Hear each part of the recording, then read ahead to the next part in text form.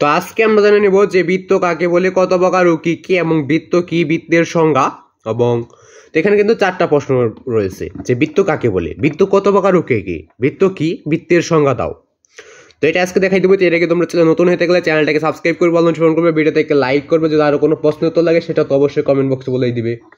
তো আজকে শুধু আমরা জানবো বৃত্ত কাকে বলে, বৃত্ত কত প্রকার ও কি কি, বৃত্ত কি, বৃত্তের সংজ্ঞা দাও, বৃত্ত বলতে কি বুঝো, বৃত্তের পরিচয়, বৃত্ত নিয়ে আজকে আলোচনা করবো। তো এর আগে তোমরা চ্যানেল নতুন হয়ে থাকলে চ্যানেলটাকে সাবস্ক্রাইব করবে, অনুসরণ করবে, ভিডিওতে একটা লাইক করবে। যদি আরো কোনো প্রশ্ন উত্তর লাগে সেটা তো অবশ্যই কমেন্ট বক্সে বলে দিবে। তো আজকে শুধু বৃত্ত নিয়ে আলোচনা করব।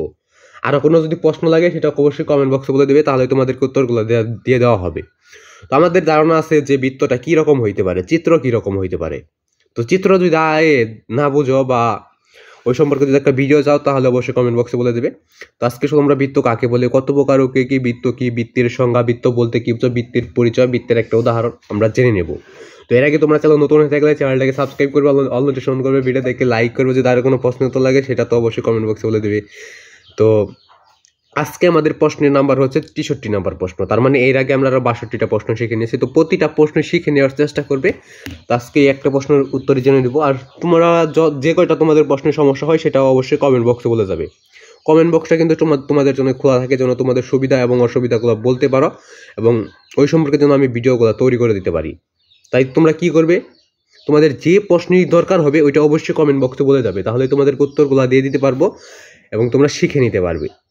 তো বেশি বেশি কমেন্ট করবে যে তোমাদের কোন কোন প্রশ্ন লাগবে। আর সকলের প্রতি আমার সালাম, আসসালামু আলাইকুম। তো সকলের সালামের জবাবটা দিবে যারা ইসলাম মুসলমান রয়েছে। সকলের প্রতি আমার সালাম, আসসালামু আলাইকুম। তো সকলের সালামের জবাবটা অবশ্যই দিয়ে যাবে। তো যারা যেমন নতুন আসো সকলে একটা করে সাবস্ক্রাইব করবে। তোমাদের একটা করে সাবস্ক্রাইব আমার নতুন ভিডিও করার অনুপ্রেরণা যোগায়, তাই সকলেই সাবস্ক্রাইব করবে এবং অল নোটিফিকেশন করে রাখবে। তো আমরা এখন উত্তরটা দেখে নিই যে বৃত্ত কাকে বলে, বৃত্ত কত প্রকার ও কি কি, বৃত্ত কি, বৃত্তের সংজ্ঞা। উত্তরটা ওই পৃষ্ঠা রয়েছে। তো উত্তরটা আমরা দেখে নিই। উত্তর: একটি বিন্দুকে কেন্দ্র করে সমান দূরত্ব বজায় রেখে অন্য একটি বিন্দু তার চারদিকে একবার ঘুরে এলে যে ক্ষেত্র তৈরি হয় তাকে বৃত্ত বলে। তো একটি বিন্দুকে কেন্দ্র করে সমান দূরত্ব বজায় রেখে অন্য একটি বিন্দু তার চারদিকে একবার ঘুরে এলে যে ক্ষেত্র তৈরি হয় তাকে বৃত্ত বলে। তো এখানে কিন্তু বৃত্ত কি, বৃত্ত কাকে বলে, বৃত্তের সংজ্ঞা বলে দেওয়া হলো। এর পরবর্তী 2টা ভিডিও হবে, সেটা হলো লসাগু কাকে বলে, লসাগু কি, এবং গসাগু কাকে বলে, গসাগু কি। তো এগুলা লিঙ্ক লাগলে অবশ্যই কমেন্ট বক্সে বলে দেবে। তো ওই প্রশ্ন নাম্বার হচ্ছে 64 এবং 65 নাম্বার। তো এইগুলা পরবর্তী কোনো একটা ভিডিওতে দেখাই দিব। তো আজকে শুধু আমরা জেনে নিলাম যে বৃত্ত কাকে বলে। তথ্যটা আবার বলেছি, দেখো, একটি বিন্দুকে কেন্দ্র করে সমান দূরত্ব বজায় রেখে অন্য একটি বিন্দু তার চারদিকে একবার ঘুরে এলে যে ক্ষেত্র তৈরি হয় তাকে বৃত্ত বলে।